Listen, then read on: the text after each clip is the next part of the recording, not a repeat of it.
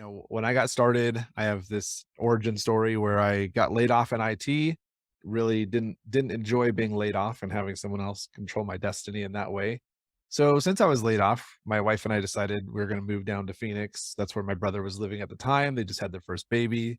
So we figured, hey, you know, what better time than now to go be closer to family and experience that?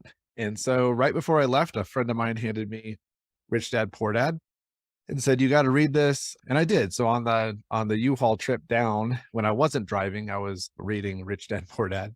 And so when I landed in Phoenix, in Surprise actually is where I first landed, Okay. I figured, hey, new city, new me. This could be a new start to, Mhm. career or so I don't get laid off again, basically was Right. my goal. So I spent the first year just trying to figure out the Phoenix market, what kind of investment strategies made sense. I was just telling these guys right before this, but my very first real estate event that I ever went to was Azreia. I believe it was Awesome. on the east side somewhere. Great. Memory's bad. This was like 2005, so it feels like forever ago. But that was my very first real estate event, Awesome, and there man. was a couple other events in town as well. But I really dug in and started coming every month.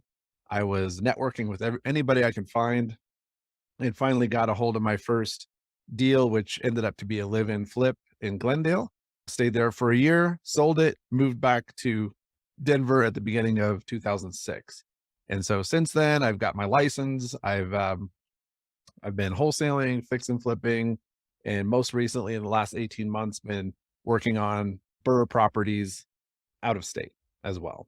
Okay. So it's kind of a fast forward at the end there, but that's my Yep. Yep.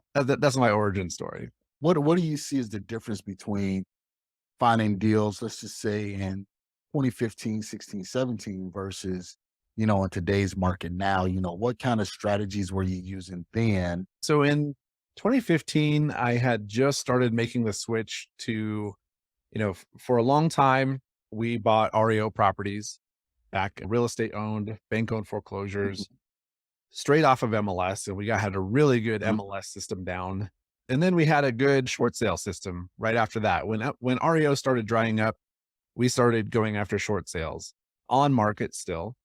And in 2015 is when I really realized that it wasn't sustainable. Short sales have gone away, basically. Finding on market deals was tough. And so I started dipping my toes into marketing directly to sellers in 2015. And really just started driving for dollars and sending out letters basically. Okay. Yellow letters actually probably. Gotcha. Back then they actually worked. So Right. Right. so yeah, so that's what I was doing in 2015 was making that shift from on market to now off market. Right. First one, what was working then, what's working now. Honestly, the basics haven't really changed.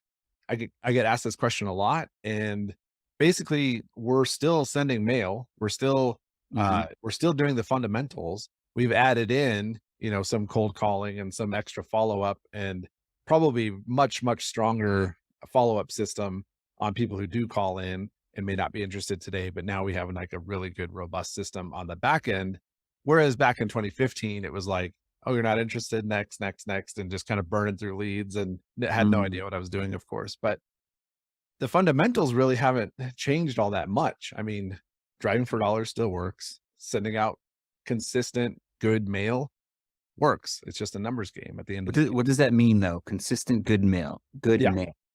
good mail. And so, you know, for me, my philosophy is I try to do things a little bit more handcrafted Okay. you know, higher quality. And so I'm not sending out a ton of postcards. I'm not trying to do the bottom of the barrel, cheapest marketing. I'm really trying to stand out inside of people's mailboxes to the point where I'm pretty sure I have 100% open rate. Not like you could track that, but people are opening what I have because it doesn't look like anything else in their mailbox, which is a good way to stand out inside of the Hmm. noisy world of marketing. And then, really good quality message and call to action inside of there. And then the next piece that we send them isn't just a cookie cutter of the one that we sent before. It's a system that builds on each other in a sequence. And so the consistency part is my philosophy is like, if I'm going to mail to a list, I'm either going to mail it for 8 months consistently and then kind of evaluate what's going on, or I'm just not going to mail them at all. I can't do this one and done, Okay. 1 month systems. I've tried it before. It doesn't work. I've talked to a lot of investors who are like, I mailed out like 500 letters and nothing happened. So I'm going to quit and go do this thing.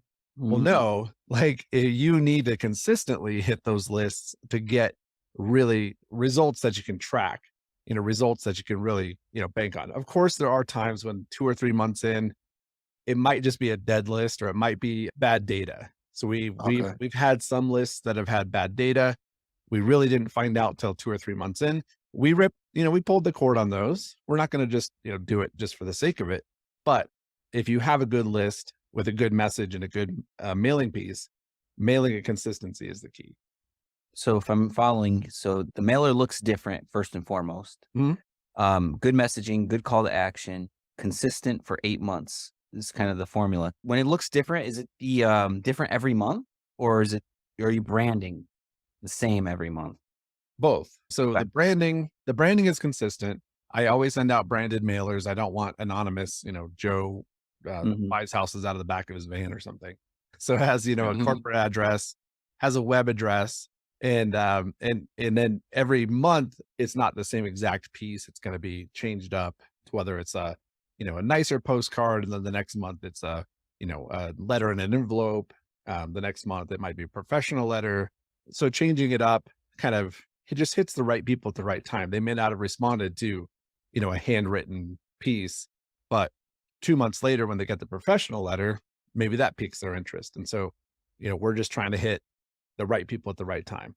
And to your second question before, like, I don't want to forget it because mailing Yeah. in state versus out of state, we're in a high cost of living, high competition area here in Denver with super low inventory.